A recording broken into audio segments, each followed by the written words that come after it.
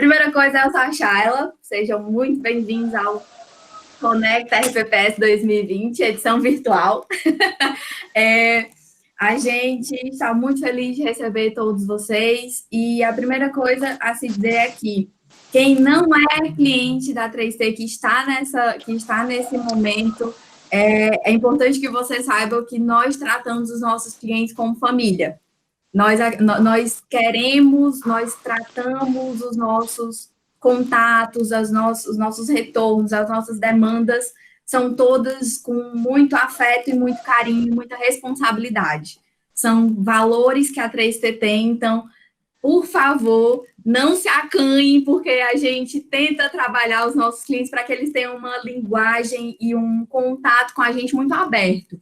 A gente quer isso, a gente pede isso. Então, por favor, não se sintam acanhados, quietinhos. Não, se tiver dúvida, pode falar. A gente vai ficar muito feliz em ajudá-los, mesmo porque a gente quer que isso seja uma marca nossa. A gente trabalha para isso. Então, por favor, sejam muito bem-vindos e não se acanhem. É a primeira coisa. O Conecta, ele é um evento para troca de experiências, para tira dúvidas. É o espaço onde os gestores, as equipes de RPPS resolvem as suas angústias de gestão. Então, fiquem tranquilos e, por favor, participem, que a gente vai ficar muito feliz com a sua participação, tá certo? A segunda coisa que é importante dizer é que só tem fera aqui hoje. Eu sou a criança que vai ficar só assim, ó, tipo, caramba. Porque quem me conhece sabe também que eu falo muito. Então, hoje eu só sou caladinha, só vou ficar, olha essa pessoa que vai entrar agora, olha essa pessoa que vai conversar. Porque, assim, só tem gente gabaritada aqui hoje, tá? Terceira consideração que eu preciso fazer, que foi o que a gente já estava conversando lá no começo. É super importante que a gente, todo mundo desabilita o áudio agora, por favor, para a gente poder começar a gente trazer o nosso queridíssimo convidado, tá certo? E aí, aquela coisa, tem alguma dúvida, quer fazer alguma participação, alguma consideração, pode escrever lá no chat, a gente vai dar um momento esse é o Conecta, então vai ter participação de todo mundo, podem ficar tranquilos, a gente quer ouvir todo mundo, mas aí a gente, para poder organizar e o evento acontecer, a gente vai precisar só organizar para ficar direitinho, tá certo? Então, qualquer coisa, estamos aqui, a nossa equipe está aqui no chat. Rafael, seja muitíssimo bem-vindo, tem um público aí ansioso para conversar contigo. Túlio, gente, quem não conhece o Túlio aqui, que é cliente da 3T e não sabe quem que é o Túlio, olha quem chegou agora também. Onde é que eu tô? Vocês sabem que hoje não dá para eu falar, né? Hoje só eles que vão conseguir falar. Então, sejam muito bem-vindos. Rafael, o público é todo seu. Muito obrigada por aceitar o convite. Muito bom dia a todos e a todas. Com muita felicidade que eu estou aqui, né? Vivo o regime próprio de previdência social diariamente. Primeiramente, eu gostaria de agradecer ao convite realizado pelo pessoal da 3T, né? A Shayla, o Paulo, a gente conversou um pouquinho, são pessoas, percebi muito bem que são pessoas da melhor qualidade. Agradecer também a parceria do Túlio, né, que é um camarada que eu admiro, que a gente tem se encontrado por aí nos eventos, e enquanto Shayla estava falando, Shayla fala que não fala muito, mas ela fala sim. Enquanto ela estava falando aí, eu estava dando uma olhadinha no pessoal que está aqui no evento, né? São quase 80 pessoas participando do evento, e isso é sinônimo, com certeza, da credibilidade que a 3IT tem e do sucesso, né, que o seu trabalho vem se concretizando aí juntos aos RPPS.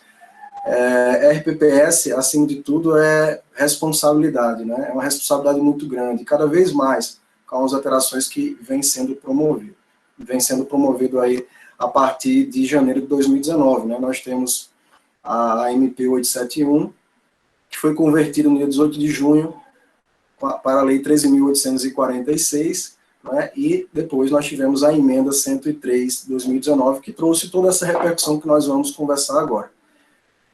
O Paulo e a Shayla disseram que eu tenho até 6 da noite para concluir as conversas relacionadas aqui à emenda 103. Então, vai ter 10 minutinhos só para tomar um café, tá, gente? Mas, assim, o cronograma está previsto até 6, com possibilidade de até 6h30. Então, todo mundo já libera aí a agenda, tá tudo tranquilo, beleza?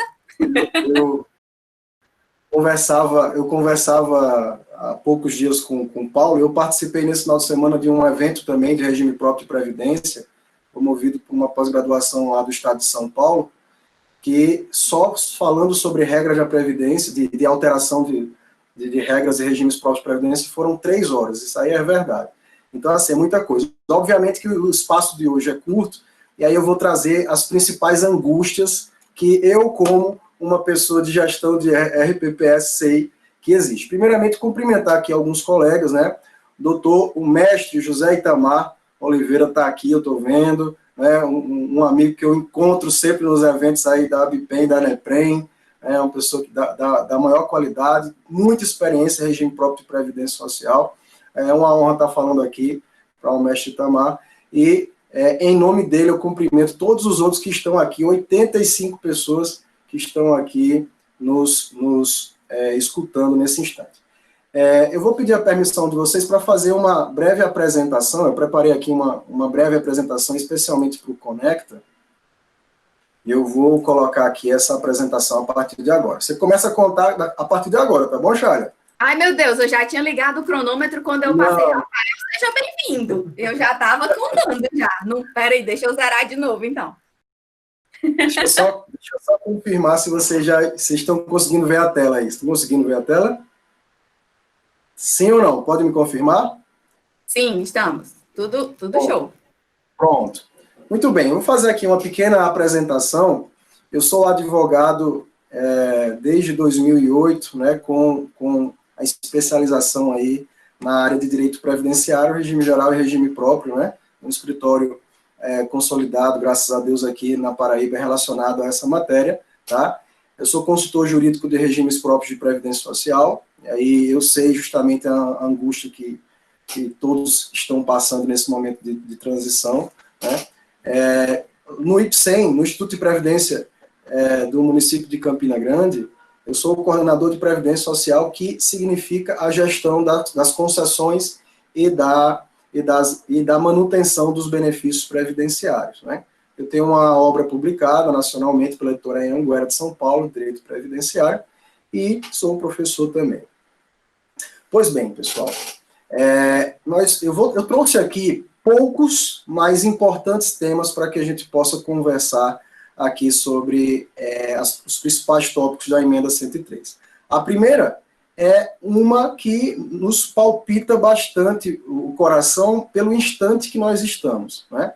Primeira coisa que nós precisamos compreender e tratar é sobre a majoração das alíquotas contributivas para 14%. E aí eu trouxe aqui meio que um manual para vocês que a 3IT vai poder disponibilizar posteriormente, tá? A primeira pergunta é: há realmente uma compulsoriedade na majoração das alíquotas contributivas? Ó, primeiramente, pessoal, eu quero apenas... Opa, fugiu aqui, só um instantinho.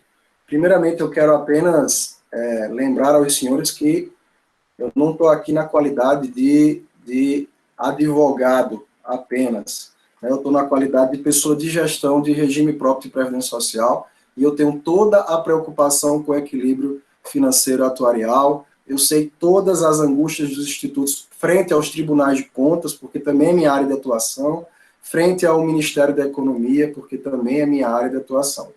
Então, assim, temos que ter responsabilidade com a gestão, é necessário que haja equilíbrio financeiro e atuarial.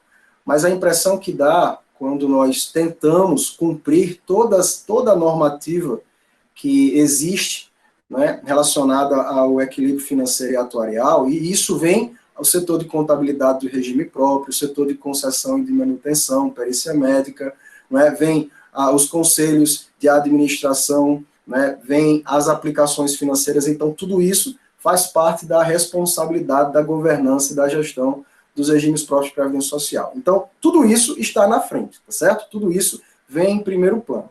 Mas a pergunta aqui é uma pergunta provocadora, não é? Para o momento que nós estamos. existe realmente essa compulsoriedade de prazo para a majoração de alíquotas contributivas para 14%? Olha, a adequação de alíquotas contributivas, ela é compulsória. Mas cumprir esse prazo de 31 de julho, essa pergunta provocadora eu estou fazendo agora para que a gente lá no finalzinho da nossa conversa possamos conseguir chegar aí a um consenso. Só estou aqui com pessoas de gestão, né, pessoas de jurídico, né, gestores de regime próprio, que vai entender muito bem. Desde a emenda constitucional não consegue mais dormir direito, então assim, vamos, né? Pois é. Então, eu só estou com pessoas que vão realmente entender o que eu vou conversar aqui com vocês. Vamos lá. Para que a gente consiga responder essa pergunta, é importante entender que o artigo 9º da emenda 103, ela traz uma regra transitória. Ele traz uma regra transitória. O que é uma regra transitória? A regra transitória é aquela regra... A regra transitória é diferente de regra de transição. Vou poder falar para vocês isso um pouquinho mais ao final. Regra transitória é aquela que a nova regra vem, a nova regra da Constituição, da emenda constitucional, ela vem, ela chega, tá?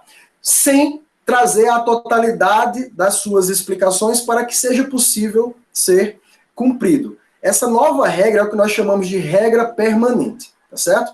Pois bem, enquanto essa nova regra ela não é complementada por normas infraconstitucionais da União, dos Estados, do Distrito Federal e dos municípios, a emenda constitucional ela traz uma regra de transição. Então, enquanto não vier a norma, né, que a regra permanente exige, que é a regra que vai constar no texto da Constituição exige, vamos aplicar essa regra que fica aqui no texto da emenda constitucional. E essa regra que fica no texto, que deve ser aplicada enquanto não vier a norma produzida pelo Poder Legislativo, chama-se regra transitória. Chama-se regra transitória. Então, pois bem, o artigo 9º da emenda 103, ele traz essa natureza de regra, essa regra transitória para instituição de alíquotas de contribuição dos servidores e dos entes federativos. Uma coisa importante que ele diz é o seguinte, o seu caput, né, a sua cabeça, a parte principal, ele fala que até que entre em vigor lei complementar, que discipline o parágrafo 22 do artigo 40 da Constituição, e o parágrafo 22 foi incluído lá no artigo 40 para falar sobre normas de governança, gestão e responsabilidade de quem faz a Previdência, de quem institui, ou seja, dos prefeitos, e de quem é gestor de Previdência, incluindo aí o corpo técnico de assessoramento por contrato. Então, as consultorias, né, como a 3 como a assessoria prestada por Túlio, né, na Arima, ou seja, todas as assessorias.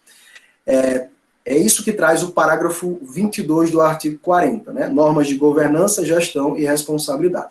Então, até que entre em vigor lei complementar, aplicam-se aos regimes próprios de previdência social o disposto na Lei 9717 de 98 e o disposto nesse artigo. Então, primeira coisa que esse artigo 9º caput faz é trazer a Lei 9717 com natureza, com status de lei complementar. A Lei 9717 já existe desde 98, é uma lei ordinária, tá certo? No entanto, ela vem com status de lei complementar. Enquanto não vier uma lei complementar federal que trate, discipline o parágrafo 22 do artigo 40, tratando sobre gestão, governança e responsabilidade dos regimes de previdência, será aplicada a Lei 9717 de 98. Acho que tem um microfonezinho ligado aqui, está dando uma interferência, né? Pois bem, pessoal. Então, o que acontece? O parágrafo 4º, ele traz a regra transitória de instituição de alíquotas contributivas. Olha o que ele fala. Os estados, o Distrito Federal e os municípios não poderão estabelecer alíquota inferior à da contribuição dos servidores da União, exceto, poderá estabelecer alíquota inferior, se demonstrado que o respectivo regime próprio de previdência social não possui déficit atuarial a ser equacionado. Hipótese em que a alíquota não poderá ser inferior às alíquotas aplicáveis ao regime geral de previdência social. Eu trago a tradução disso aqui para vocês. Ou seja, os regimes próprios de previdência social não poderão estabelecer alíquotas inferiores à da União, a não ser que não tenham déficit atuarial. Então, se ele não tiver déficit atuarial, e aqui a gente traz aquela parábola, né, da Bíblia, aquele que não tem déficit atuarial, atire a primeira pedra aqui nesse painel apresentado aqui pela Conecta RPPS. Então, os que não tiverem déficit atuarial, eles poderão sim ter alíquotas diferentes da União, eles poderão ter alíquotas inferiores à União. No entanto, eles poderão ter alíquotas diferentes da União, mas não podem ter alíquotas menores do que as do regime geral de previdência social, tá? Eu vou mostrar aqui para vocês já quais são as alíquotas do regime geral de previdência social. Agora, essa hipótese é para quem não tem déficit atuarial. Se o seu regime próprio não tem déficit atuarial, saibam que sua alíquota não necessita imediatamente ir para 14%, conforme nós vamos conversar aqui. Então, não tem déficit atuarial, pode ter alíquota diferente da União, mas não pode ser diferente daquelas alíquotas do regime geral de previdência social, 7,5%, 9%, 12% e 14%, que eu vou mostrar já. Vamos lá? Bom, se não pode ter, e se tiver déficit atuarial não pode ter alíquota inferior da União, qual é a alíquota da União? Quem responde qual é a alíquota da União, em termos de regra de transição, é o artigo 11 da emenda 103. Então, até que entre em vigor lei que altere a alíquota da contribuição previdenciária, então aqui ele traz a natureza de regra transitória do artigo 11, então até que entre em vigor lei que altere a alíquota de contribuição previdenciária, de que tratam os artigos 4º, 5º e 6º da lei 10.887 de 2004, a lei 10.887 de 2004 é a lei que regulamenta a forma de cálculo e as alíquotas de contribuição instituídos pela emenda 41 de 2003. Então, lá temos que a União, os regimes próprios dos estados, do Distrito Federal e dos municípios não podem ter alíquotas inferiores à da União também, e que essa alíquota será de 11%, né, incidindo para os aposentados e pensionistas também. Só que nesse caso, no que ultrapassa o teto do regime geral de previdência social. E se for um aposentado ou um pensionista acometido por incapacidade, né, doença incapacitante, então apenas o dobro do teto do regime geral de previdência social, sobre o dobro é que incidirá a contribuição previdenciária, que corresponderá a uma contribuição sobre R$ 12.202,02 que é em dias de hoje. Então, até que entre em vigor lei que altere essas alíquotas de contribuição, esta será de 14%. Então, uma alíquota que está sendo instituída no âmbito da União até o momento em que entre em vigor uma alíquota que discipline, né, alíquotas diferentes. Até que entre em vigor uma lei que discipline alíquotas diferentes para a União. Então, a alíquota é de 14%, certo?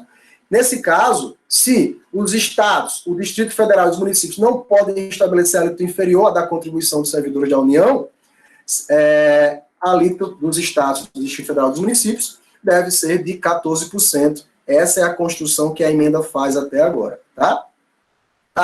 Mas qual é a vigência dessa alíquota da União? Vamos passo a passo. Bom, o artigo 36, inciso 1, fala o seguinte, o artigo 36, inciso 1, ele traz as cláusulas de vigência da emenda à Constituição, né? Ele fala o seguinte, no primeiro dia do 4º mês subsequente ao da data de publicação dessa emenda constitucional, quanto ao disposto no artigo 11. Ele traz outros artigos, mas especialmente no que trata das alíquotas, artigo 11. Ó. Então, no primeiro dia do 4º mês subsequente ao da data da publicação dessa emenda. Qual é o mês da data da publicação da emenda? O mês de novembro. Então, vai ser no primeiro dia do 4º mês. Vamos lá. Dezembro, primeiro mês, né? Janeiro, segundo mês. Fevereiro, terceiro mês. Março, 4º mês. O primeiro dia do 4º mês é o dia 1º de março de 2020, que está aqui sendo apresentado. A partir desse dia e deste mês, 2020, passa a vigorar a alíquota de 14% para a União. Nesse caso, os estados, o Distrito Federal e os municípios, voltando aqui para o parágrafo 4º do artigo 9º, não poderão ter alíquotas inferiores a essa alíquota aqui da União, exceto, né, se demonstrado que não tem déficit atuarial, sempre ressalvando isso. Tá? Então, os estados, eles deveriam, a partir desse mês, ter aprovada a lei pelo Poder Legislativo, que faça um enquadramento da sua alíquota, majorando ela em 3%, para os entes federativos que tinham alíquota de 11%, né? Porque já existiam antes da emenda entes federativos que tinham alíquotas diferentes, mas a grande maioria era 11%. Então, majorando 3% nessa alíquota de 11% e enquadrando essas alíquotas à alíquota da União, ou seja, sendo 14%. Então, a partir dessa data é que a lei deveria estar aprovada. Não é em vigor, é aprovada. Por que aprovada? Porque a contribuição previdenciária, ela sofre a incidência de um princípio constitucional tributário, que é o princípio da noventena, ou o princípio da anterioridade nonagesimal. O que é isso? Uma lei que altera tributo, chamado contribuição previdenciária, porque a contribuição previdenciária é um tributo, tá certo? Natureza tributária, ela só pode vigorar 90 dias após a publicação da lei. Então, se ela só pode vigorar 90 dias após a publicação da lei, para que ela estivesse em vigor no dia 31 de julho, ela tinha que ter sido aprovada aí no mês de março. Essa é a lógica que está sendo construída aqui pela emenda, né? Pela emenda, a partir de 90 dias, tá? Não estou falando aqui do dia 31 de março ainda, porque o dia 31 de março no 31 de julho não aparece na emenda 103. O que a emenda 103 fala é que a lei precisa estar aprovada, tá? Para enquadrar a alíquota dos estados, do Distrito Federal e dos municípios, a alíquota da União. Vamos seguindo. Pois bem, vem a portaria 1348 de 2019, lá em 3 de dezembro de 2019, e diz o seguinte: os estados, o Distrito Federal e os municípios terão, olha, a obrigatoriedade, o prazo até 31 de julho de 2020 para a adoção das seguintes medidas em cumprimento das normas constantes na Lei 9717 de 98. Lembrando que agora a Lei 9717 ela tem natureza de lei complementar, tá certo? Ela surge, né, no ambiente dos RPPS como a Lei de Responsabilidade Previdenciária, até que o Congresso Nacional publique a verdadeira Lei de Responsabilidade Previdenciária, sendo aprovada na forma complementar, porque essa lei é uma lei ordinária que está em status de lei complementar. Então, a portaria, ela fala que, ela foi publicada lá em dezembro de 2019, e ela fala que os estados, Distrito Federal e os municípios terão prazo até 31 de julho para a adoção das seguintes medidas. Vamos lá, primeira medida aqui, ó. Comprovação à Secretaria Especial de Previdência Social e o item A, a linha A do inciso 1 do artigo 1º fala o seguinte: comprovação da vigência, pessoal, da lei que evidencia a adequação das alíquotas de contribuição ordinária devida ao RPPS para atendimento ao disposto no parágrafo 4º do artigo 9º, que eu apresentei para vocês já, da emenda 103, tá? Então, em 31 de julho, a lei deve estar vigente.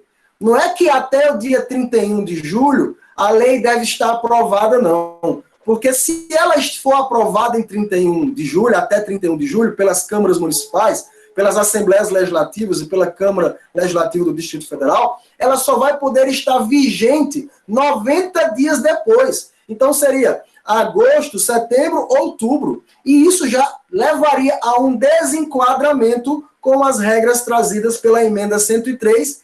Essa é a leitura do Ministério da Economia ao publicar essa portaria, 1348, né, do artigo 9º, parágrafo 4º da emenda 103, certo? Veja, esse prazo especificamente, ele não está na emenda. Ele não está.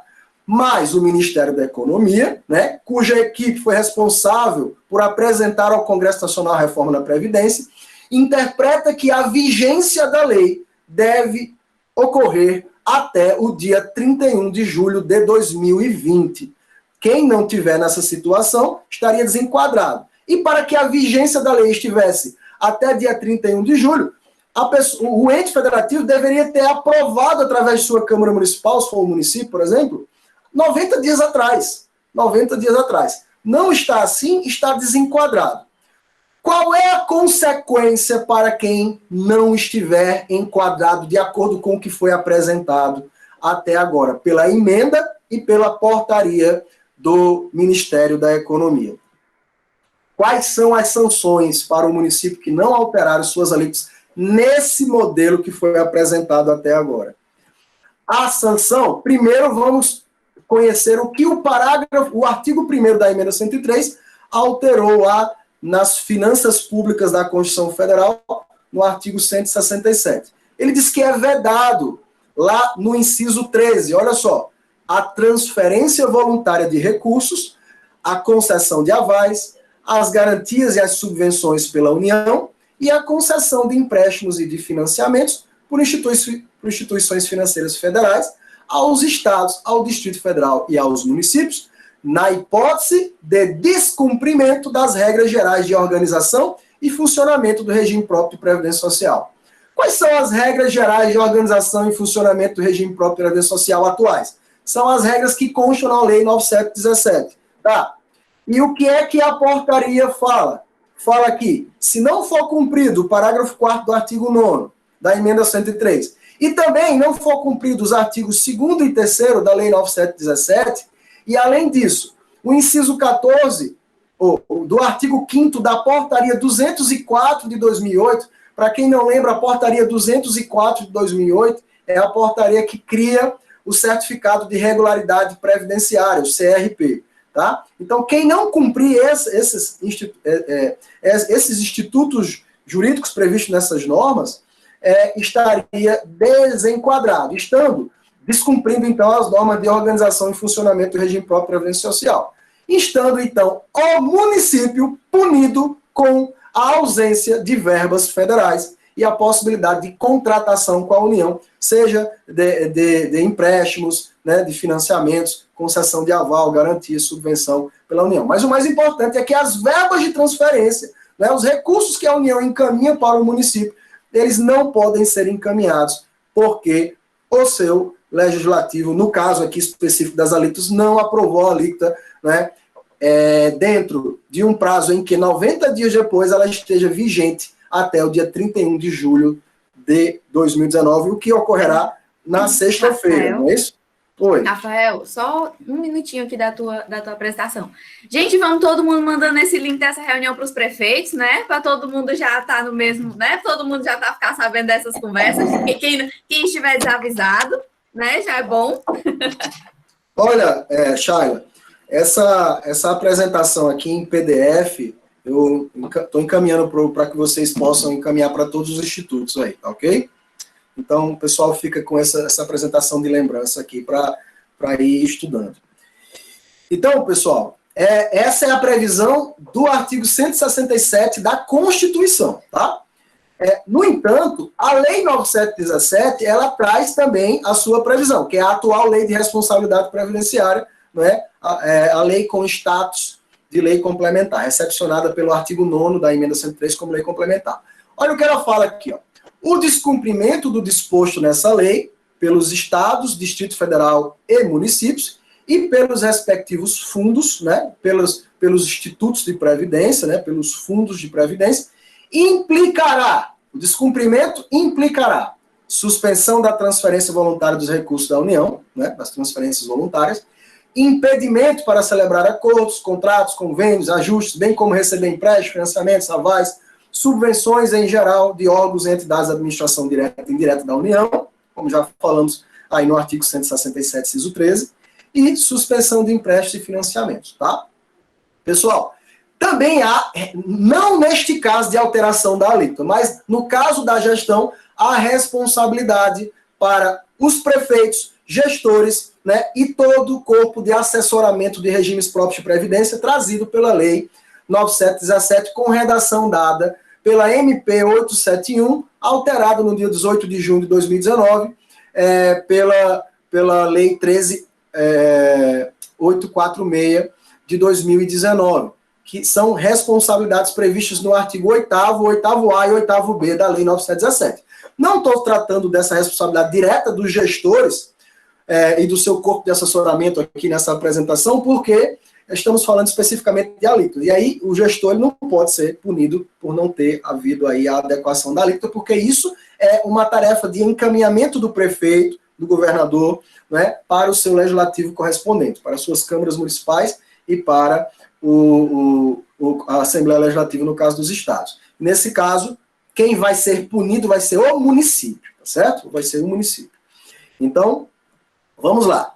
Segundo, que eu sei que é uma pergunta que muitos têm. Então, esse é o panorama, pessoal. Até aqui, esse é o panorama apresentado pela emenda 103, com interpretação dada pelo Ministério da Economia, através da portaria 1348, ok? Tá? Vamos lá. Segunda situação. Poderiam os RPPS instituir alíquotas progressivos se ele não quiser aprovar essa lei que vai fazer a majoração para 14%? Poderia aprovar uma lei que instituísse alíquotas progressivas? Vamos recomeçar o estudo pela emenda 103. Vamos lá, passo a passo. Olha só. Primeiro, nós precisamos nos atentar para uma cláusula de vigência da emenda 103, que está lá no artigo 36 da emenda 103. Esta emenda constitucional entra em vigor. Vamos lá. Inciso 2. Para os regimes próprios de previdência social dos estados, do Distrito Federal e dos municípios, quanto à alteração promovida no artigo 149, no artigo 1º da emenda constitucional, no artigo 149 da Constituição,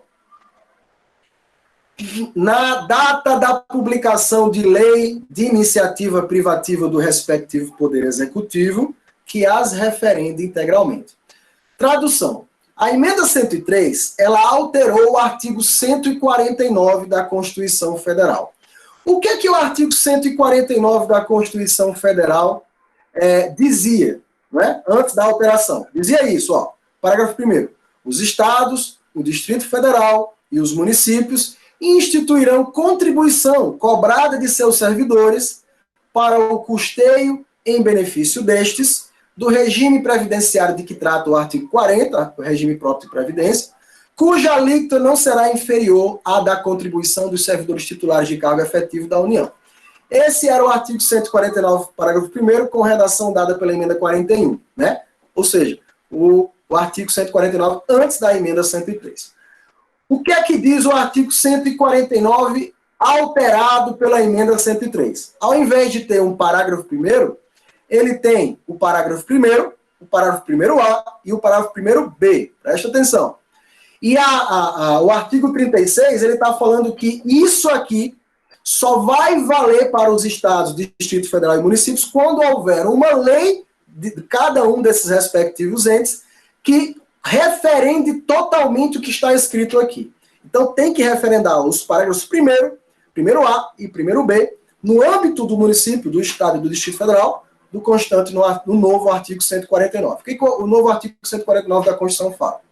A União, os estados, o Distrito Federal e os municípios instituirão, por meio de lei, contribuições para o custeio de regime próprio de previdência social, cobrados dos servidores ativos, dos aposentados e dos pensionistas, que poderão ter alíquotas progressivas, de acordo com o valor da base de contribuição ou dos proventos de aposentadoria e de pensões. Então, veja que eu estou mostrando isso para vocês para responder a pergunta de se o município, o estado e o Distrito Federal já poderia instituir uma lei com alíquotas progressivas. Então, primeira coisa, o artigo 149, parágrafo 1º, fala que os estados instituirão essa contribuição por meio de lei e que poderá ter alíquotas progressivas, tá?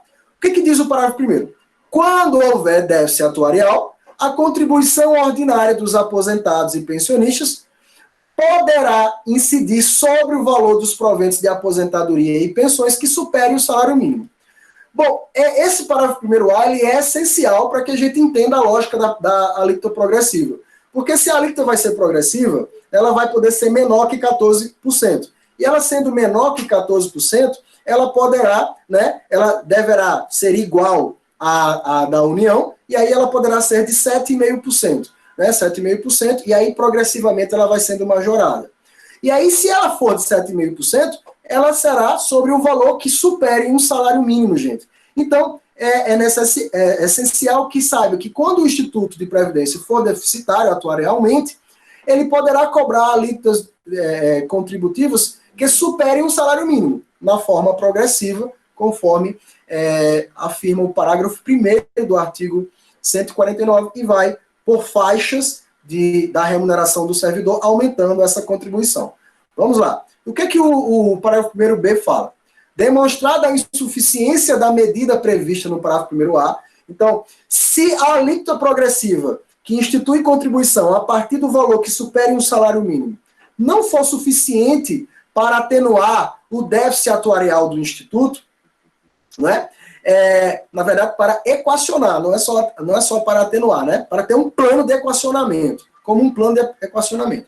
É facultado a instituição de contribuição extraordinária, que é uma contribuição adicional à contribuição dos servidores, né? Então, vai ter a contribuição ordinária dos servidores, a normal, né? O desconto no contra-cheque do servidor, e teria um outro desconto no contra-cheque do servidor, que seria a chamada contribuição extraordinária, né? Que já tem 7 ações diretas de inconstitucionalidade no Supremo Tribunal Federal contra essa contribuição extraordinária, porque levaria ao confisco, né? E a Constituição ele proíbe o confisco tributário, né?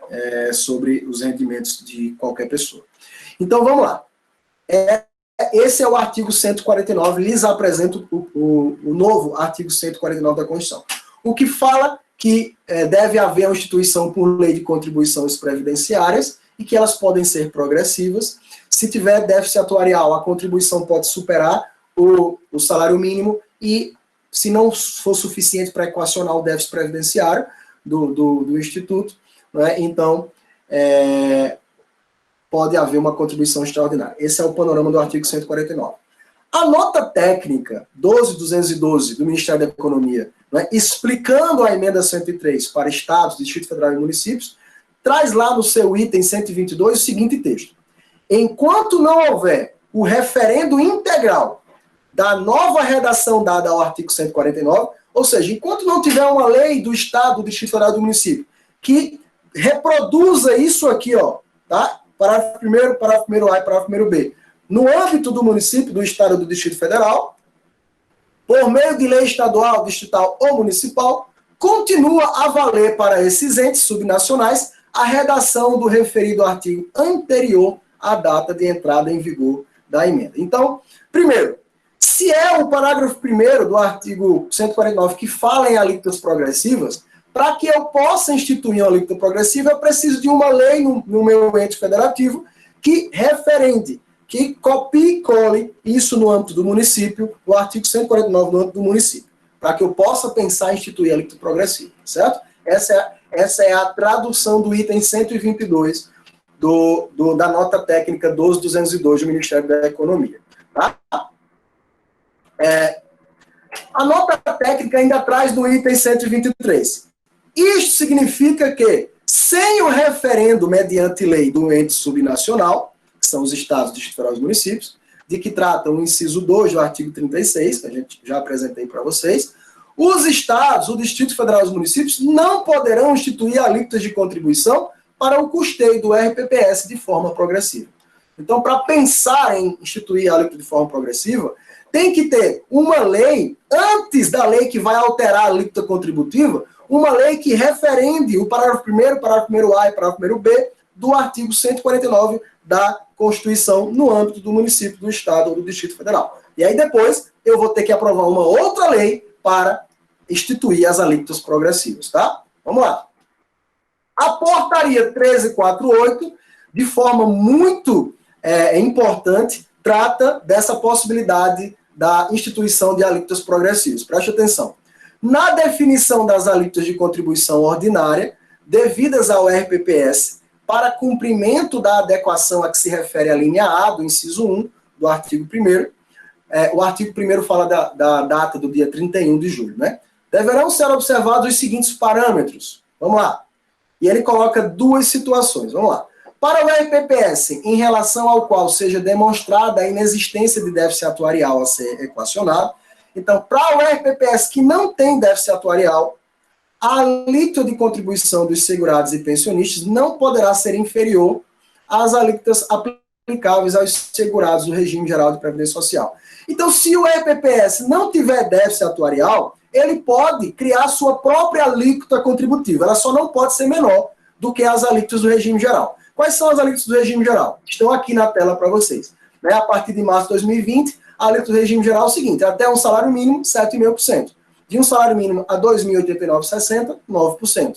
De R$ 2.089,61 a R$ 3.134,40, 12%. E de R$ 3.134,41 até R$ 6.101,06, 14%. Ou seja, essas são as alíquotas do regime geral de previdência social. Se um regime de previdência não tiver déficit atuarial, ele pode instituir alíquotas que não podem ser menores do que essa, mas podem ser iguais ou superior a essa e podem ser de forma progressiva por faixa de recebimento de remuneração do servidor público, tá certo? Se ele não tem déficit atuarial. Mas vamos para o nosso caso, o caso do regime próprio normal, né? De carne e osso. Vamos lá.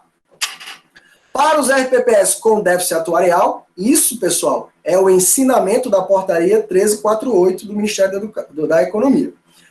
Para o RPPS com déficit atuarial, caso não sejam adotadas as alíquotas progressivas, ou seja, a portaria ela fala que poderia haver alíquota progressiva, então, né? Então vamos lá. Caso não sejam adotadas as alíquotas progressivas, a alíquota mínima uniforme dos segurados, ativos e aposentados e pensionistas será de 14%, na forma prevista no artigo 11 da emenda constitucional. O artigo 11 da emenda constitucional, ele diz, ele traz aqui não tem som, Oi? É alguém que está falando com o microfone aberto. Pensei que foi uma pergunta. Pode continuar. Falar em pergunta, pessoal, já, quando eu concluir essa apresentação, estou quase terminando, faltam apenas umas 5 horas e 20 minutos, eu fico à total disposição das perguntas de vocês, ok? Mas vamos lá. Caso não sejam adotadas as alíquotas progressivas, a alíquota mínima deve ser de 14%, na forma do artigo 11. O artigo 11, ele crava que a alíquota vai ser de 14%. Então, se não tiver alíquota progressiva, a alíquota de 14%, tá? Bom, vamos ver. Aí ele fala o seguinte, ó. Caso sejam adotadas as alíquotas progressivas, então veja, pessoal, a própria portaria 1348, ela prevê a possibilidade de instituição de alíquota de 14%, tá? E de instituição de alíquota progressiva. É uma opção para o regime que tenha déficit atuarial, ó. Olha só, pessoal, inciso 2, né, do artigo 2º da portaria 1348, a linha A. Se não for adotada a alíquota progressiva, 14%. A linha B. Se for adotada a alíquota progressiva, será observado o seguinte. Vamos lá. Se for adotada a alíquota progressiva, o que eu tenho que prestar atenção? Deverão ser referendadas. 2 situações eu preciso prestar atenção. Deverão ser referendadas integralmente as alterações do artigo 149 da Constituição, e isso eu já falei para vocês. Então, se eu quiser alterar a alíquota progressiva, eu tenho que ter, primeiro, uma lei que reproduza o artigo 149, parágrafo 1º, 1º A e 1º B, no ente federativo. E depois uma lei que institua as alíquotas progressivas. Né? As alíquotas de contribuição... Segundo ponto. As alíquotas de contribuição ordinária dos segurados ativos, aposentados e pensionistas e suas reduções e majorações corresponderão, no mínimo, àquelas previstas no parágrafo 1º do artigo 11. Eu vou apresentar o parágrafo 1º do artigo 11 para vocês aqui, ó. Aqui está o parágrafo 1º do artigo 11. Até um salário mínimo, 7,5%. É diferente do regime geral, tá? Porque o regime geral, ele só vai até aqui, o 14%. Aqui só, continua. Entre o salário mínimo e 1 centavo, 2.089,60, 9%. E aí, ó, progressivamente, ele vai aumentando até para os servidores que recebam 40.747,20, 22%, né? A gente sabe que essa alíquota aqui, ela é uma alíquota que ela é cobrada igual se cobra o imposto de renda, por faixas. Se a pessoa ganha 40.747,20 centavos, então até o salário mínimo desses 40 mil, o primeiro salário mínimo, ele vai pagar 7.000% e vai pagando por faixas até chegar lá no 40.747. Não é que se ele recebe 40.747,20, acima disso, vai aplicar um alíquota de 22%. Não é isso. Eu vou pegar esses 40 mil e vou fatiar ele nessas faixas, cobrando esses respectivos porcentagens aqui, certo? Então, olha, se ele instituir a alíquota progressiva, o que ele precisa? Aprovar uma lei que reproduz o artigo 149 no âmbito do município e a outra lei que institua a alíquota progressiva, assim como diz o parágrafo 1º do artigo 149. Né? E aí, essa alíquota ela tem que ser, olha só, no mínimo iguais, ó, corresponderão, no mínimo, àquelas previstas no artigo, parágrafo 1º, no parágrafo 1º do artigo 11, que é isso que vocês estão vendo aqui na tela, tá certo? Isso aqui, no mínimo, tem que ser. Poderia ser mais? Poderia ser mais do que isso, mas no mínimo, isso aqui. Essa é a alíquota progressiva. Tá ok, pessoal? Aí, a provocação que eu digo aqui é o seguinte, pessoal. É possível, sim, instituir a alíquota progressiva ou a alíquota uniforme de 14%, certo? A alíquota do ente federativo não pode ser menor do que a alíquota da União. A alíquota da União atualmente é de 14%, tá? E se ele não tiver déficit atuarial, ele vai poder aprovar. Agora, para que ele possa aprovar a alíquota de alíquota progressiva, pessoal, é necessário que seja demonstrado que essa forma progressiva aqui, ela é suficiente para equacionar o déficit atuarial, não é? Então, não adianta você aprovar a alíquota progressiva se ela não for suficiente para atenuar, né, equacionar o déficit atuarial, não, tá certo? Então, vai ter que ter também a demonstração de um estudo atuarial aprovado por meio de lei na Câmara Municipal. Olha o que diz o parágrafo 1º. As alíquotas deverão estar embasadas em avaliação atuarial que demonstre que a sua aplicação, se é alíquota progressiva, viu, contribuirá para o equilíbrio financeiro e atuarial. Se você não conseguir, né, demonstrar através de estudo atuarial que a alíquota progressiva ela consiga contribuir para o equilíbrio financeiro e atuarial do seu RPPS, então o município não pode aprovar de forma progressiva essas alíquotas, teria que ser 14%, tá certo? Lembrando que o esforço aqui é que o regime próprio de previdência consiga equacionar o seu déficit atuarial, consiga ter equilíbrio financeiro. É por isso que nós temos essa situação. Agora, pessoal, o que eu quero deixar aqui, na qualidade de consultor de regime próprio de previdência, na qualidade de advogado em prol de regime próprio de previdência, é a seguinte provocação. Vou voltar lá na minha provocação inicial. Eu ter que majorar a minha alíquota para 14% até o dia 31 de julho, eu sou obrigado a fazer isso, né? Mas você vai dizer, Rafael, tudo que você falou até agora leva a entender que sim, você, aqui ó, essa pergunta aqui, você acabou de apresentar a emenda 103 sobre a alíquota de 14% e a emenda 103 sobre a alíquota progressiva. E a portaria 1348 sobre a alíquota de 14% e a portaria 1348 sobre a alíquota progressiva. Então, nos leva a entender que quem não aprovou está numa situação muito complicada, está em maus lençóis, e que tem, sim, a obrigação de aprovar até o dia 31 de julho, senão o ente vai ficar sem verba de transferência. Não é? E todas as outras situações. Isso que eu apresentei para vocês até agora, tá certo? No entanto, pessoal, nós entendemos que, na qualidade de advogado, estou falando agora, nós entendemos que a portaria 1348 não poderia ter instituído esse prazo fatal de 31 de julho, tá certo?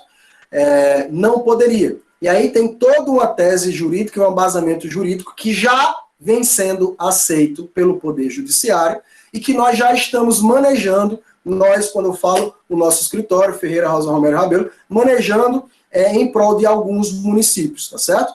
Então, com sucesso, inclusive, né, impedindo que o Ministério da Economia não emita o certificado de irregularidade previdenciária pela não adequação, né, das alíquotas até o dia 31 de julho.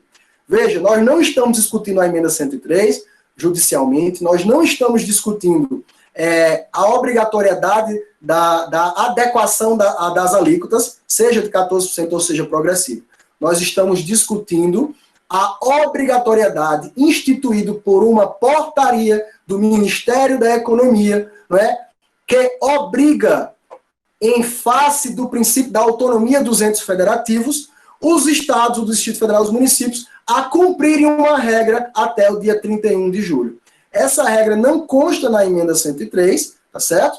Eu sei que o esforço do Ministério obviamente, é para que os regimes próprios tenham equilíbrio financeiro e atuarial, né?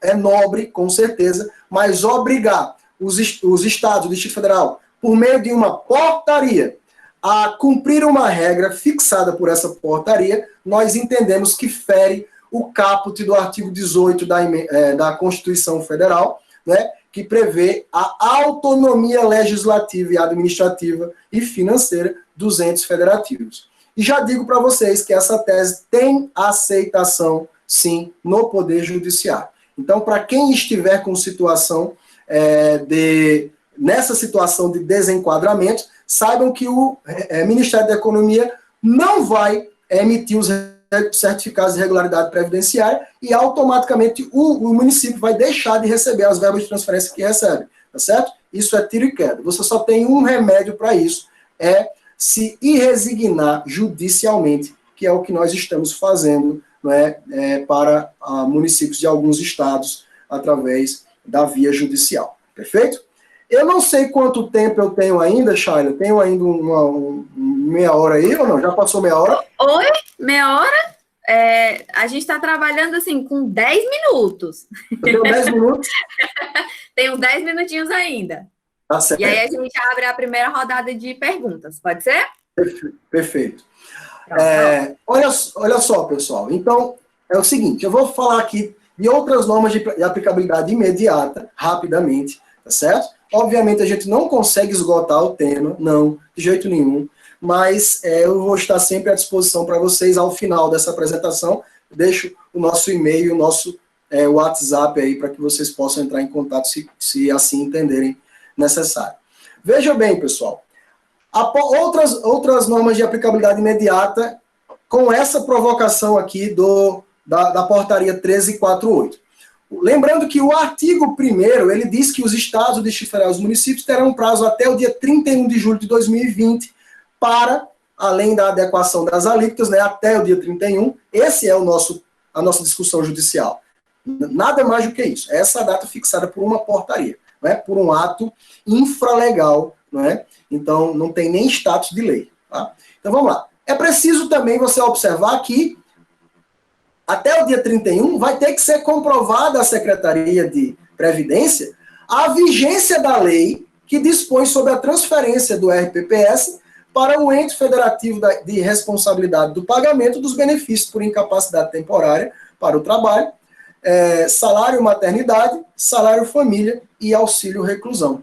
Então, se o seu Instituto de Previdência, ele pagava isso aqui, né, ou paga ainda isso aqui, salário maternidade, auxílio reclusão, salário família, auxílio doença, né, ou a licença para tratamento de saúde, né? Então, o que é que acontece? Vocês sabem que a emenda 103, ela trouxe lá no parágrafo 3º do artigo 9º da emenda 103, a obrigatoriedade de os regimes próprios transferirem a obrigação desses pagamentos.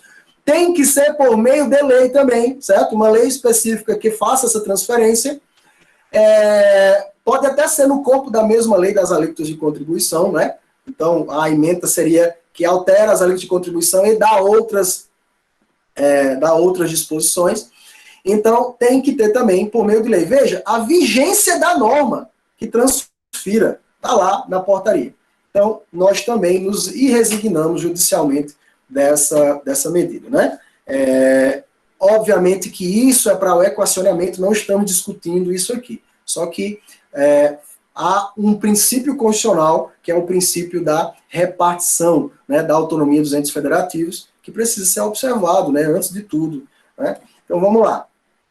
Sobre aposentadorias e pensões, pessoal, eu vou resumir aqui. É possível que a 3IT aí possa abrir um outro foro de discussão para a gente só falar sobre aposentadorias e pensões, mas eu vou tranquilizá-los que as aposentadorias e pensões só vão ser modificadas no âmbito dos seus municípios, estados e do Distrito Federal, quando houver lei que fale isso. E aí, nesse caso, nem a emenda 103, nem a nota técnica 12.212, nem a portaria 1348 instituiu prazo para que isso acontecesse. Então, nós nos resumimos a entender o que diz o artigo 4º, parágrafo 9º e o 23, parágrafo 8º.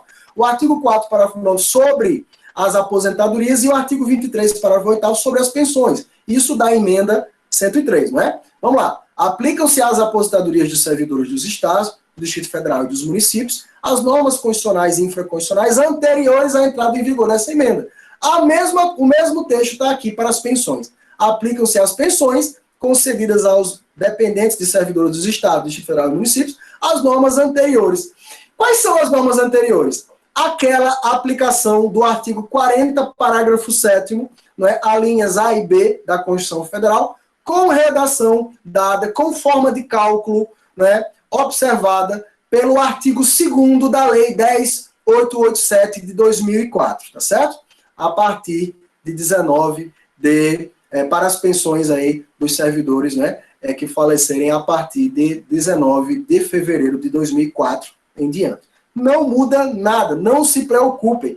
E não tem prazo para que vocês adequem, né, para que os seus entes federativos adequem essas situações aqui.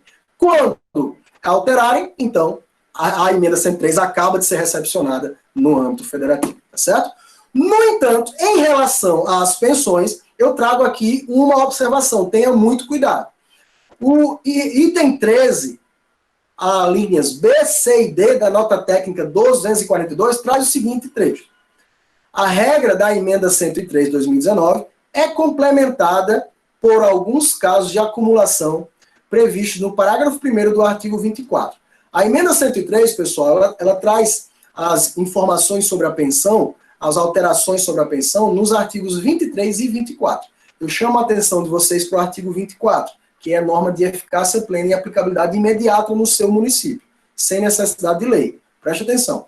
É complementada por alguns casos de acumulação previsto no parágrafo 1º do mesmo artigo 24, referente ao acúmulo de pensões. Então, vamos falar sobre algumas restrições à acumulação de pensões, bem como ao de pensões com aposentadoria, então acumulação de pensão com pensão, acumulação de pensão com aposentadoria, ou proventos de inatividade de origem militar, né? Então acumulação de pensão ou aposentadoria militar com pensão no seu regime próprio, para os quais, não obstante seja permitida a acumulação, sofre uma restrição quanto ao valor do benefício a ser pago a partir do segundo na escala decrescente de rendimento, consistente numa redução percentual apurada cumulativamente por faixas de cada um desses benefícios. Isso é a nota técnica, tá? Que fala. Essas restrições à acumulação de benefícios são normas de eficácia plena e aplicabilidade imediata a todos os regimes próprios de previdência social, sem embargo de não poderem prejudicar o direito adquirido antes da sua entrada em vigor. Então, para quem faleceu antes de 13 de 11 de 2019, não tem problema, aplica-se as regras de acumulação anteriores. Né? Então, pode acumular pensão com pensão, enfim, no âmbito do mesmo regime, tá? Não tem problema. Se a pessoa era professor, tinha 2 cargos de professor, e aí faleceu, o dependente pode receber as 2 pensões de forma integral, não teria problema. Agora, depois da emenda 103, essa acumulação, ela vai sofrer uma restrição. Ela é permitida. No entanto, o segundo benefício menor, de menor valor, ele vai sofrer uma redução por faixas, certo? É isso o que eu trago aqui para vocês. Quais são as situações? Ó? Com relação à acumulação, e eu estou terminando aqui, viu, Paulo e Shayla, não se preocupe. Com relação à acumulação em outras situações, estão permitidas as seguintes. Pensão por morte deixada por cônjuge ou companheiro de um regime com pensão por morte concedida por outro regime de pensões militares. Pensão por morte deixada por cônjuge ou companheiro de um regime de previdência com aposentadoria do regime geral ou de outro regime próprio de previdência social, aposentadoria do regime próprio ou do regime geral do regime próprio com pensão de militar. Então, o negócio aqui é o seguinte, a acumulação de outros benefícios com pensões. O segundo benefício de menor valor, ele terá que ser proporcionalizado. Ó, no caso das acumulações permitidas, há limites de valores para tais acumulações. O critério estabelecido é cumulativo, permitindo que o beneficiário opte pelo benefício mais vantajoso integralmente e de uma parte de cada um dos demais benefícios que podem ser acumulados. A limitação é de 60% sobre a parcela que exceder um salário mínimo, até o limite de 2 salários mínimos, 40% de 2 e 3 salários mínimos, 20% de 3 e 4 salários mínimos, 10% do que exceder esses limites. Eu trago um exemplo aqui de um benefício que vai ser reduzido, é o menor benefício, que ele seja R$ 4.990. Eu trago aqui uma faixa. Até o salário mínimo, esse benefício de R$ 4.990, ele será pago integralmente. Então, de R$ 4.990, eu pago R$ 998 integralmente, certo? Isso é de aplicabilidade imediata para o seu ente federativo, tá? Desde 13/11/2019. Aí eu vou para a segunda faixa de salário mínimo do benefício de R$ 4.990 que eu estou trazendo como exemplo. Nessa segunda faixa, que tem um salário mínimo aqui dentro, ó, eu reduzo 60%. Né? Eu reduzo 60%. Então, eu vou pagar de 60% de R$ 998, vai ser R$ 598,80. Tá aqui. Na terceira faixa de um salário mínimo, que é entre 2 e 3 salários mínimos, né, que dá essa faixa de valores aqui, eu vou reduzir 40%. Então, estou pegando R$ 4.990 até um salário mínimo. Eu paguei o salário mínimo integral. Na segunda faixa de salário mínimo, eu só pago R$ 598, somado àquele primeiro salário mínimo. Na terceira faixa de salário mínimo, eu pago 40% desse salário mínimo, que dá R$ 399,20. Né? Então, eu somo aos 598 e aos R$ 998. Na quarta faixa de salário mínimo, eu só pago 20% desse salário mínimo, que é R$ 199,60, e somo ele aos R$ 399,20, aos R$ 598,80 e aos R$ 998, certo? E na quarta faixa de salário mínimo, que é acima de R$ 4.990, eu só pago 10% de um salário mínimo, que é R$ 99,80, que eu vou somar a todos os outros anteriores valores em que eu retirei essas porcentagens de um salário mínimo. Então, o segundo benefício menor de R$ 4.990 acabou ficando por R$ 2.295,40. As alterações sobre pensão por morte, que já valem para o servidor federal, não valem para a gente aqui.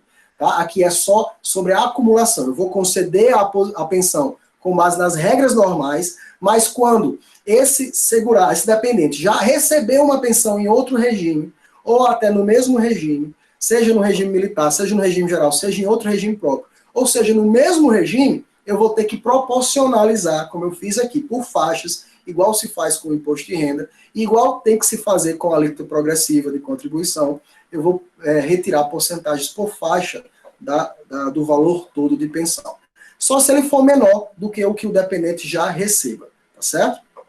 Se ele for maior, não vai mexer em nada, eu vou pagar integral. Ele vai ter que trazer uma declaração e você vai ter que colocar no seu processo administrativo de concessão, que vai encaminhar para o seu Tribunal de Contas, uma declaração de que ele recebe ou não recebe outro benefício em outro regime próprio, no regime geral ou no regime militar, e qual é o valor, para você poder comparar se o que você está concedendo é maior ou menor.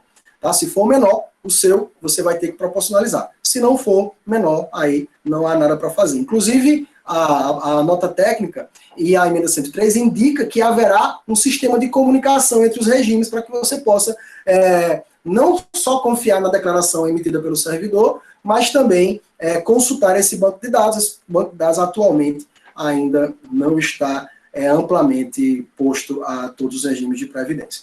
Ok, pessoal? Eu trago aqui o meu agradecimento.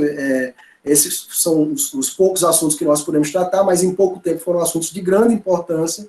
Tá? Trago aqui o e-mail do nosso escritório, tá? O meu e-mail no nosso escritório, aqui o número para o WhatsApp, eu fico à disposição de vocês, não é? Sempre dentro desse espírito de compartilhamento de informações para o que puder auxiliar. Tá bom, queridos? Tudo de bom para vocês, um forte abraço em todos, eu fico por aqui. Deu certo.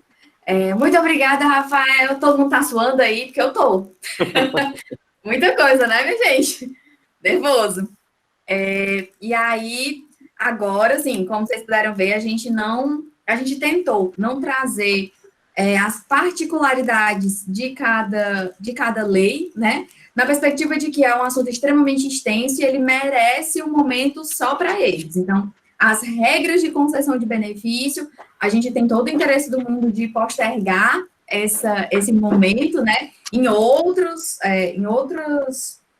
eventos e outras oportunidades, na perspectiva de que a gente consiga ter um vislumbre, ter um olhar mais atencioso para essa questão das regras. Como o Rafael pontuou, ele não é um assunto de interesse para agora, né? Não é imediato, tendo em vista a questão dos prazos que foram deixados em aberto pela emenda. Então, é importante só a gente começar a conhecer, né, começar a conversar com os nossos atuários, né, sobre a questão do equilíbrio financeiro e atuarial, para começar a estar junto, e a gente sabe que isso é um processo de time, né, porque aí vai envolver Câmara Municipal, vai envolver prefeito, a gente está num período complicado, né, porque a gente está entrando aí nas eleições municipais, então a gente tem que, né, a gente sabe que é um momento mais complicado. Então, é importante que a gente fique claro para a gente começar a entender essas mudanças que vão acontecer, né? E aí, para tentar mostrar um caso prático disso, o Túlio, ele está online. Deixa só... Vamos tentar aproveitar, já, para a gente não esfriar o momento. As dúvidas, né? Claro. As perguntas que passaram no chat aqui, sim. O Rafael, a gente debateu um pouco. Eu até deixo até uma forma de interação, como a gente fazia no evento presencial. Caso, acho que quem perguntou primeiro foi o Flávio Alves. Se ele quiser abrir o microfone e falar, senão eu posso ler aqui. Seja bem-vindo e fique à vontade para tirar a sua dúvida. O Marcos também, de Capuí. E teve a Dilma também. Eu vou ler aqui, eu acredito que faz mais ou menos puxando pelo mesmo assunto, né? Diante do panorama pandêmico atual do país, será que de fato será aplicado a rigor da lei, né, para os municípios que não cumpriu o prazo de 31 de julho, até você já tinha falado? E vou complementar aqui com o que a Dilma falou, né? Falar de Garanhuns. Quando os vereadores não aprovam o projeto da lei, o que fazer, né? Eu vou seguir aqui, desculpa, Rafael, vou só seguir com a pergunta do Túlio, que talvez complemente mais essas duas últimas perguntas. Segue minha pergunta, então. Se o prefeito não encaminhar a lei de alteração de alíquota, qual a punição desse? Desaprovação de contas? Improbidade administrativa? Sofrer alguma punição por abuso de poder público? Então, deixo aí. E, Túlio, se quiser também puxar o microfone aí, eu acho que é de grande valia aí para a gente debater também. Tá, eu vou fazer ela... Tá? Então, estamos escutando? Bom dia. Bom dia, seja bem-vindo. Primeiramente, parabenizar o Rafael. Quando o Paulo, viu, Rafael, fez o convite para mim participar do Conecta, né? Aí ele perguntou para mim, tudo e aí, cara, quem é que eu posso chamar para poder falar sobre a 103? Falei, cara, tem um cara bom lá em Campina Grande que dá certo, ó. Chame o Rafael, converse com ele, que o cara é bom. Vai gostar. Aí ele foi atrás e deu certo aí, parabéns pela palestra. E fico feliz pela minha indicação. Deu certo. Verdade. Mas, Rafael, deixa eu lhe perguntar. São duas perguntas em uma. Tá? Você falou sobre a ação que está em tramitação na Justiça, estão ganhando com relação ao prazo da portaria. Sim. Mas, a emenda 103 estabelecia como vigência imediata a questão da alíquota. Na minha concepção, que eu não sou jurídico, não sou atuário, ela vai ficar sem imediata. A portaria deu um prazo que ela não poderia dar. Entendeu? Como é que vocês estão ganhando algo para emitir uma CRP que, na verdade, desde a emenda era para ter sido aprovada a lei, já não era para ser permitido mais a emissão da CRP. E o segundo ponto, se o prefeito se negar a mandar a lei, como nós estamos vendo vários se negando a mandar a lei por causa do momento político, isso não refletirá num crime de improbidade administrativa, numa desaprovação de conta, ou no fato de abuso de poder político, porque está claro que eles vão caminhar para não se desgastar com a sociedade, em virtude que tem muitos em trabalho de reeleição. Então, basicamente, dois pontos aí para a gente. Túlio, e os demais participantes, o Flávio é de onde? O Flávio é de que instituto? eu não sei se o Flávio é o lá de Salgueiro ou se é o outro Flávio. Enfim, Flávio, cumprimento a Dilma que era lá de Garanhuns. A Dilma de Garanhuns. Flávio é de Novo Lino. Flávio de Novo Lino. Então, todos os colegas aí, obrigado por prestigiar o evento. E é o seguinte, Túlio, a mesma lógica que a gente aplicava, e aí já movemos várias ações em relação à portaria 204 de 2008, para a emissão do CRP, né, que era feita pela União e era imposta para os entes federativos, nós não estamos discutindo a aplicabilidade imediata, não. O que nós estamos discutindo é apenas o prazo fatal no dia 31. E isso nós temos toda uma tese construída, Túlio, que aí, por uma questão de propriedade intelectual, eu me reservo aqui a não expor essa tese. No entanto, mas essa tese, enfim, ela também, se os institutos pesquisarem através de seus jurídicos na internet, pode ser que ele consiga. Tem a mesma base das antigas teses judiciais em face da portaria 204 de 2008, que fazia com que o município conseguisse emitir o seu CRP pela via judicial, certo? Então, é a mesma base. Nós já temos aqui situações positivas, né, para alguns municípios em que temos aí a nossa assessoria, a nossa consultoria jurídica, e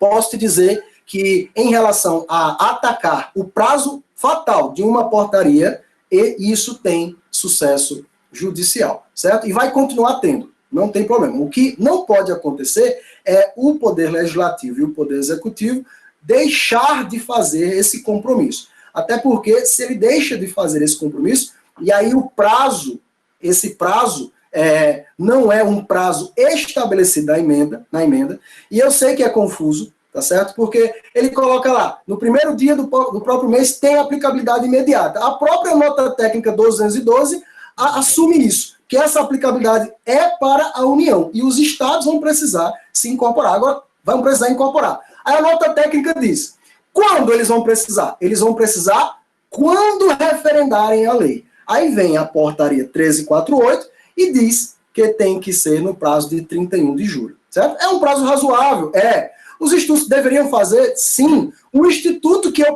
eu sou membro aprovou em dezembro, certo? Eu não estou aqui querendo, de forma nenhuma, deixar os institutos desequilibrados, de forma nenhuma. Ao contrário, eu quero proteger os municípios de arbitrariedade cometida pelo Ministério da Economia. Nesse caso da portaria, nós entendemos assim, e o Poder Judiciário vem aceitando essa construção dessa tese, certo? Então, é uma situação real, não estou vendendo fantasia, são situações que os jurídicos temos aqui 117 institutos de previdência participando, né, pessoas que representam o Instituto de Previdência que participam, que podem aí, através de seus jurídicos, fazerem uma pesquisa detalhada sobre essa situação que já temos aí sucesso em municípios de São Paulo, em municípios do Rio Grande do Sul, né, que já está consolidado e o Ministério não vai poder deixar de emitir o CRP. A questão da responsabilidade, Túlio, um ponto muito importante que você tocou. Porque a Lei 13486 de 2019, ela que é o resultado da legislativo da MP 871, lá de 18 de janeiro de 2019, ela coloca lá na 9717, pela primeira vez na história desse país, não é? Ela coloca lá no artigo 8º A e 8º na Lei 9717 a possibilidade de responsabilização dos gestores dos entes federativos. Tradução, responsabilização dos prefeitos. Mas não só gestores dos entes federativos. E eu gostaria que, se possível, Shaila e Paulo, de abrir aqui a Lei 876, só para mostrar para o pessoal, 9717, quer dizer, a Lei 9717, eu parei minha apresentação, eu vou abrir a apresentação de novo aqui, já tô com o texto da lei aberto, rapidinho, só para mostrar aqui a possibilidade de responsabilização. Então, essa possibilidade de responsabilização, tanto pela não aprovação das contas, né, pelo Tribunal de Contas se não houver de forma nenhuma apresentação do projeto pelo Executivo, né? Em data nenhuma, Túlio. E aí, ó, eu só estou excluindo o tempo fatal de 31 de julho. Em data nenhuma do Poder Executivo e nem a aprovação do Poder Legislativo, então pode sim haver a questão da improbidade administrativa e todas as responsabilidades decorrentes disso. Inclusive, olha só o que a Lei 9717 fala. Eu acho que vocês já estão conseguindo ver aqui a minha tela, a Lei 977. Vamos lá no artigo 8º. Olha o que diz o artigo 8º. O artigo 8º antigo, ele deixa de existir e passa a haver esse artigo 8º agora. Olha só. Os responsáveis pelos poderes. Quem são os responsáveis pelos poderes no ente federativo? O prefeito, pelo poder executivo. E o presidente da Câmara, não é? Pelo poder legislativo. Presidente da Assembleia, né? Pode ser considerado a mesa. Ó, os responsáveis pelos poderes. Os órgãos ou entidades do ente estatal. Os dirigentes da unidade gestora. E aí os gestores de RPPS. Do respectivo regime próprio de previdência. E os membros dos seus conselhos e comitês. Né? Comitê de investimento, conselho de administração, né? Respondem diretamente por infração ao disposto nessa lei. Lembrando que o artigo 9º, o CAPT, recepciona essa lei, né, como lei de responsabilidade previdenciária, até que venha a lei complementar federal. Então, eles respondem sujeitando-se no que couber ao regime disciplinar estabelecido na Lei Complementar 109. Túlio, a Lei Complementar 109, ela é uma lei que trata sobre os regimes de previdência complementar. E lá na Lei Complementar 109, ela traz, eu não vou abrir aqui, mas ela traz punições relacionadas à improbidade administrativa, Túlio. E ela traz lá advertência. Deixa eu abrir aqui, vamos aproveitar que o momento é esse, né? A gente está em cima desse assunto. Lei Complementar 109. Vamos fazer aqui rapidinho. Lei Complementar 109. Opa. Escrevi errado aqui, vamos só um instante. Lei Complementar 109, e olha o que ela diz aqui. Rapidinho. Dispõe sobre o regime de previdência complementar. Então, aqui é um parâmetro apenas, tá? Lá embaixo, ó, vamos aqui, rapidinho, aqui embaixo. Ela traz aqui, vai explicar tudo sobre a responsabilidade, e ela traz aqui embaixo. Opa, tenha só uma paciência aí, por gentileza, para eu encontrar aqui o artigo. Regime disciplinar. Os administradores de entidade, os procuradores com poderes de gestão, os membros dos conselhos estatutários, o interventor, o liquidante, responderão civilmente pelos danos e prejuízos que causarem por ação ou omissão, Túlio, às entidades de previdência complementar. Veja que a Lei 9717, ele fala o seguinte, ó, que os responsáveis pelos poderes, órgãos, entidades, os dirigentes, né, os membros dos conselhos, responderão diretamente, sujeitando-se à Lei Complementar 109 no que couber. Por que no que couber? Porque aquela lei complementar é para regime de previdência complementar. Então, ele traz as punições que terão lá. A primeira punição é uma punição civil. O que é a punição civil? É indenizar o prejuízo que você causou. E aí, significa que você deve responder com o seu próprio patrimônio, não é? O prejuízo que você causou ao regime próprio. O prejuízo financeiro e atuarial, que é o que te interessa. O que interessa na sua pergunta, Túlio. E as infrações serão apuradas mediante processo administrativo. E o artigo 8A diz o seguinte, ó, os dirigentes do ente federativo, instituidor do regime próprio, dirigentes do ente federativo, falando do município, estou falando do prefeito, que instituiu o regime próprio, e da unidade gestora, né, o presidente, o diretor lá do RPPS, e os demais responsáveis pelas ações de investimento e a aplicação dos recursos previdenciários, inclusive os consultores, não é? Os distribuidores, a instituição financeira administradora da carteira, o fundo de investimento que tenha recebido recursos e os seus gestores, né, responderão solidariamente, todos iguais, né, na medida da sua participação, ao mesmo tempo eles responderão solidariamente pelo ressarcimento dos prejuízos. Isso tem natureza de improbidade, esse tipo de responsabilidade é uma natureza de improbidade administrativa. E por fim, ó, O artigo 8b ele traz uma série de condições para que uma pessoa seja gestor e seja membro de conselhos. Só para terminar, o parágrafo único da Lei Complementar 109 inclui nessa responsabilização aqui, ó, os administradores ou dos patrocinadores ou instituidores de regime de previdência complementar, mas aqui, ó, os atuários, os auditores independentes, os avaliadores de gestão e outros profissionais que prestem serviço técnico à entidade, diretamente ou por intermédio de pessoa jurídica contratada, inclusive assessoria jurídica.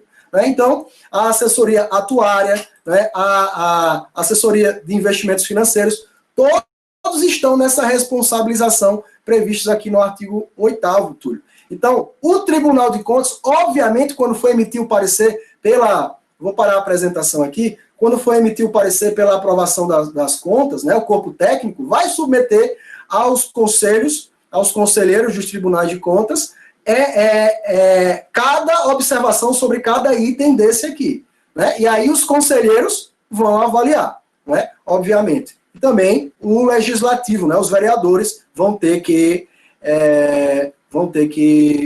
observar isso também para aprovação das contas do prefeito. Ok? Não sei se me fiz responder, mas sim. Respondido. A Dilma, Túlio, Flávio. Ficou claro? Eita, não estou escutando vocês. Vocês me escutam? Ah, deu joinha. Tá ótimo. Então, gente, todo mundo agora, né, deu uma suadinha aqui, assim, né? Não sei vocês, mas eu passou uns calor aqui. Brigadíssima, Rafael. Muito mais obrigado, alguém tem alguma... aí, pela participação, agradeço demais. Foi incrível. Muito bom aí, principalmente para a gente tirar as dúvidas, digamos assim, nesse começo, apesar de ser no limite, né? A gente já está caminhando, mas que era para estar acontecendo lá atrás, mas nesse começo que a gente está pegando aí a questão da 103 e esmiuçando, digamos assim. Então, muitíssimo obrigado pela participação, agradeço muito mesmo. O Paulo e Chaga, só para... Eu vi aqui que subiram aqui resíduos de perguntas relativos a isso. Quem não tiver resguardado por decisão judicial e estiver desenquadrado de tudo que eu apresentei, lembre-se que o Ministério da Educação ele vai continuar implementando normalmente as diretrizes da portaria 1348. Ou seja, não haverá os repasses, né?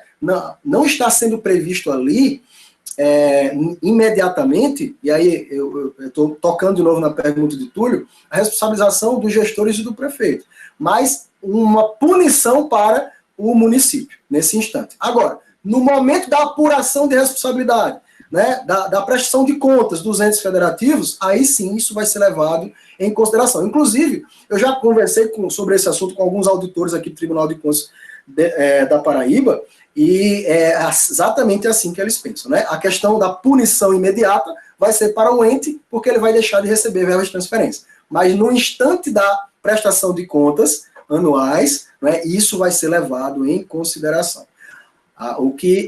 Deixando mais claro aqui, o que eu me resigno judicialmente é apenas o prazo fatal do dia 31, e não a obrigatoriedade de encaminhar, certo? Então, obviamente, os prefeitos que estão nos contratando para fazermos o serviço jurídico aí de emissão do CRP, mesmo que não tenha essa lei, eles obviamente que estão apenas fugindo do prazo, mas correndo para encaminhar, né? E é isso que nós falamos, encaminhar os projetos de lei para o legislativo. Agora, preste atenção, pode ser de forma progressiva? Sim, mas o estudo atuarial vai ter que dizer que a forma progressiva, ela equaciona, ela contribui para o equacionamento do déficit atuarial. Essa é a lógica, certo? Se o estudo atuarial não disser isso, 14% sem dúvida alguma. Perfeito? Tá ótimo. Muitíssimo obrigada, Rafael. Então, gente, retomando, isso aqui é um start dessa conversa, tá? A gente não...